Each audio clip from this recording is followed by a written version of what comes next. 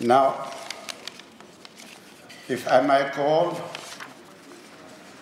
on the Honourable Mr. Tony Abbott to deliver our keynote address. Reverend Fathers, Excellencies, Parliamentary colleagues, ladies and gentlemen, it is an honour to be here tonight at this dinner of the Australia and Lebanon Chamber of Commerce.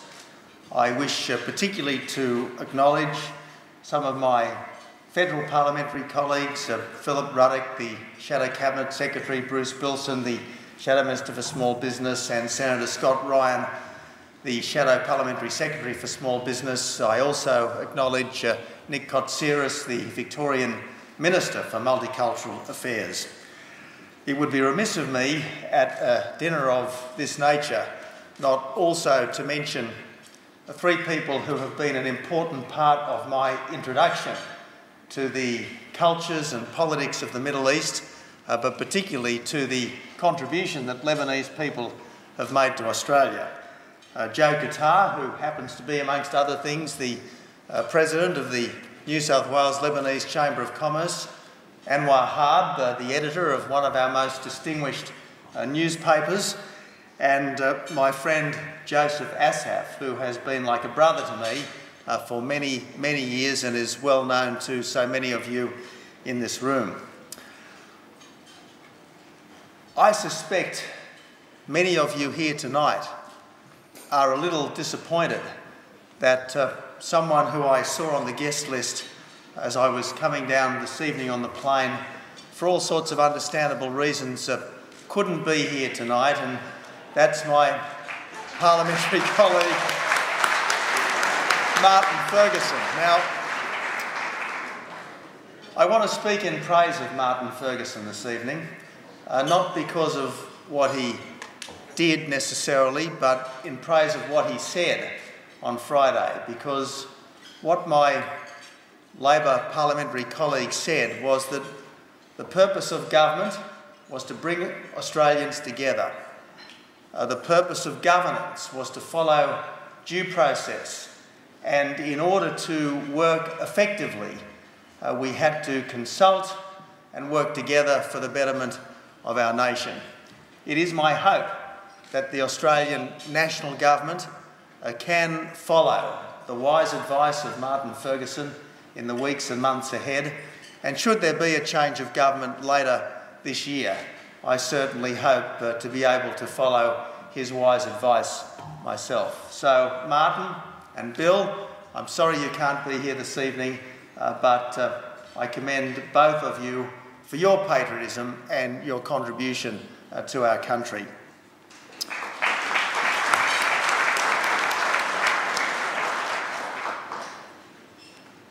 As anyone who has ever watched a sporting event in Australia would know, as anyone who's ever sat in the stands of a footy match or a cricket match in Australia would know, there is a refrain that so often echoes out around the ground, particularly in a slow period of play, when a batsman is dug in but not scoring runs, when football teams are kicking the ball around but not scoring goals. The phrase that rings out so often around the ground is "have a go." Have a go. The great Australian impulse not just to sit there, but to do something.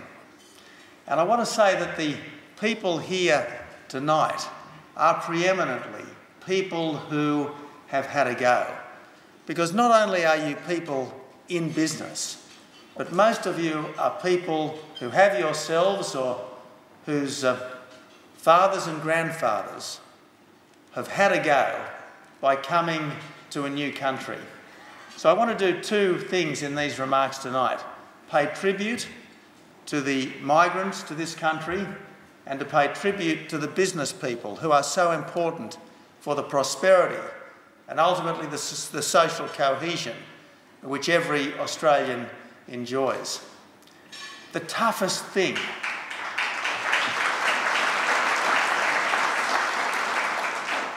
that just about anyone could do would be to leave the village, the family, the culture that he or she is so familiar with, to make a new life halfway around the world.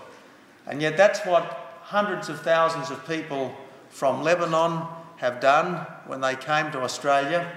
That's what millions of Australians have done at some point in their lives. 6 million Australians were born overseas, many of them in countries quite different from ours. And they honour us by coming here, and we honour them by making them so welcome. I want everyone in this room to know how special they are, how distinguished they are, and what a distinguished contribution they have made to our country. It's easy for people who have been in Australia for generations to scoff at newcomers, sometimes even to doubt the commitment to our country of newcomers. And yet I say every single person who was born somewhere else but who comes to this country does so with hope and with faith, and votes with his or her feet for Australia. There can be no finer, no higher or truer honour to this country than the tribute that every migrant pays to Australia.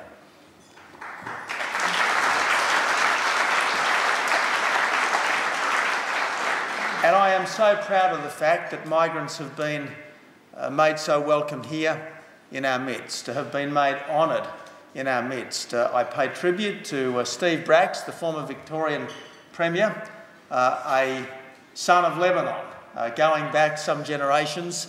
I pay tribute to Marie Bashir, the Governor of New South Wales, again a daughter of Lebanon, going back some generations.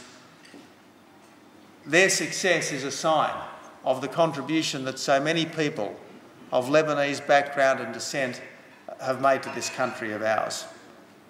But everyone in this room appreciates the importance of business.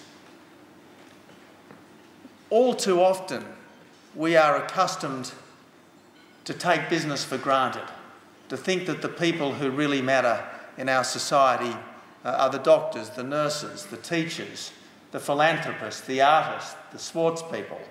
And sure, they matter a very great deal. But in the end, if we don't have an economy, we can't have the strong communities that we so much draw nourishment from. And the foundation of a strong economy are strong, profitable private businesses. And none of us should think that that profit comes easily. There would be very few people in this room who have not put their financial life on the line to employ people, to start new businesses, to invest. So many of you in this room have mortgaged your homes so that you can employ your staff, open your shops, grow your businesses, and we should pay tribute to everyone who does that. Right up there with the great philanthropists, the senior public servants. You are serving our nation, and I salute you this evening.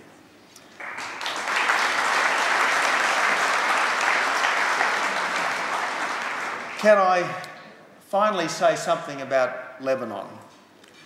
A small country, at times a troubled country, but a country which has had a powerful impact on the world, and a country whose people have spread to the four corners of the earth to the benefit of the whole world. Lebanon has been invaded many times. It has been occupied many times. At times, the people of Lebanon must have felt that they have watered their soil with their blood as well as with their tears. And yet you are an indefatigable people, a hopeful people, who have brought a great spirit of generosity to all the countries that you have come to, and of course your own homeland. I feel proud that the Australian Army was able to help liberate Lebanon in 1941, and I feel proud that Australia has been home to so many magnificent people from Lebanon. You have made a great contribution to our country. We have given you peace. We have given you freedom. We have given you justice. but you have given us your spirit, your dynamism, and on a night like this, your extraordinary talent for business. So I salute Australia, I salute Lebanon, and I know that our two countries will march arm in arm into the future.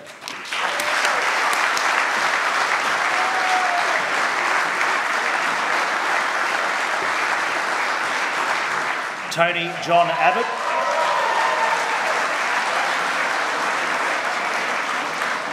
Just a little bit of background for those of you who aren't totally sure. Tony Abbott, the Leader of the Opposition, the Federal Leader of the Liberal Party of Australia. Now, prior to entering Australian politics and Australian Parliament, Tony Abbott studied in economics as well as law at the University of Sydney, gained a Master of Arts as a Rhodes Scholar at the Queen's College, Oxford.